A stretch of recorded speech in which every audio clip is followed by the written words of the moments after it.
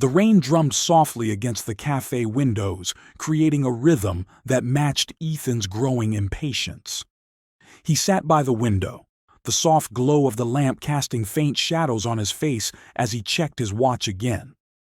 His sister had insisted this blind date would be different, that he needed someone to pull him out of his structured, work-obsessed world, but as minutes turned to nearly half an hour, he began to feel foolish for waiting.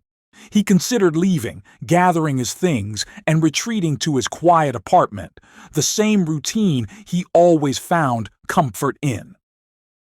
Just as he stood, the cafe door opened with a gust of wind and laughter.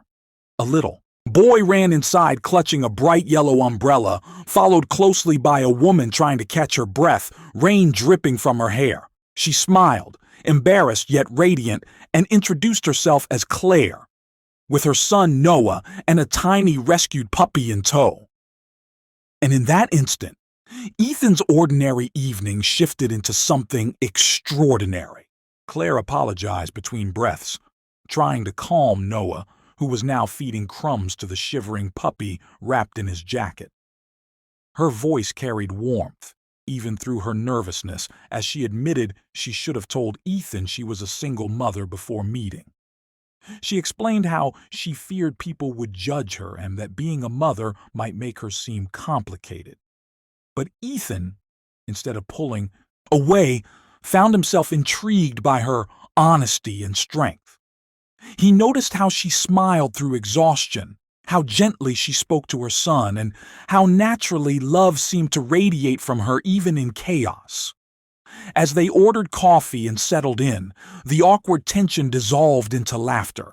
Claire shared stories of her work as a teacher, while Noah proudly talked about wanting to become a dog doctor. Ethan realized he wasn't sitting through a failed date. He was witnessing something genuine, something real, and it stirred a feeling in him he hadn't felt in a long time.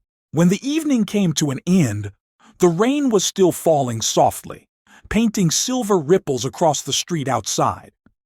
As they prepared to leave, Ethan offered to walk them to their car, but Noah, clutching his bright yellow umbrella, insisted that they all share it. "Mommy says sharing is what kind people do," he declared, with the innocent conviction only a child could have. Claire laughed, a sound that felt like warmth cutting through the chill of the night, and without thinking twice, Ethan stepped closer under the umbrella. The three of them walked together through the rain. A man who had spent years alone, a woman who had learned to be strong on her own, and a little boy who somehow brought them both together. The umbrella wasn't big enough, and rain still touched their shoulders, but it didn't matter. For the first time in years, Ethan felt something rare, the quiet comfort of belonging. Over the next few weeks, Ethan found himself woven into their world almost without realizing it. What started as small gestures, helping fix a leaky faucet, dropping by with coffee for Claire after her long day, or taking the puppy for walks with Noah, slowly became part of his routine. He learned that mornings at their house were filled with pancake batter spills, giggles, and the sound of cartoons playing too loud. In those moments, something inside him softened. He began to see life beyond deadlines and boardrooms, discovering joy in the simplest things. Noah's drawings proudly taped to the fridge, Claire's laughter echoing through the kitchen, and the warmth of dinner conversations that had nothing to do with work. Each day, their bond grew deeper, and for the first time in years, Ethan didn't feel like an outsider looking in. He felt like he had finally found a place where he truly belonged. Months later, Ethan invited Claire and Noah back to the same little cafe where it had all begun. The familiar sound of rain tapping the windows made the moment feel almost poetic.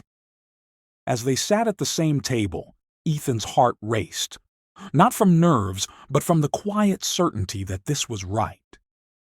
He knelt down beside Noah first, looking him in the eyes, and said softly, "Hey, Buddy, I want to ask your mom something very important, but that means I'd be part of your team too.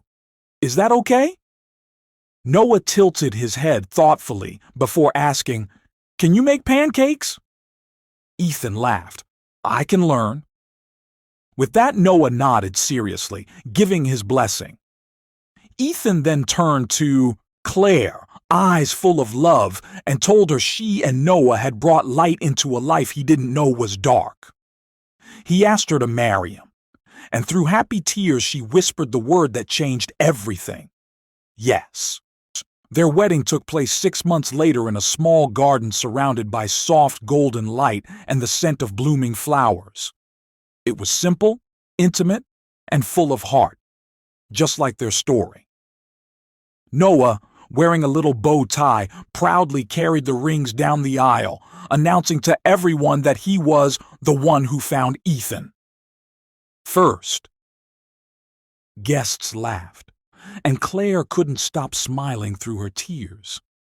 During her speech, she shared how on that rainy night she had worried her messy life, a child, a puppy, and soaked clothes, would scare Ethan away. Instead, he saw beauty in the chaos and love in the imperfections. She looked at him, her voice trembling with emotion, and said, "You didn't just fall in love with me. You chose us. The laughter, the mess, and everything in between." As the sun dipped below the horizon, Ethan realized that love, in its truest form, was never found. It was built, moment by moment,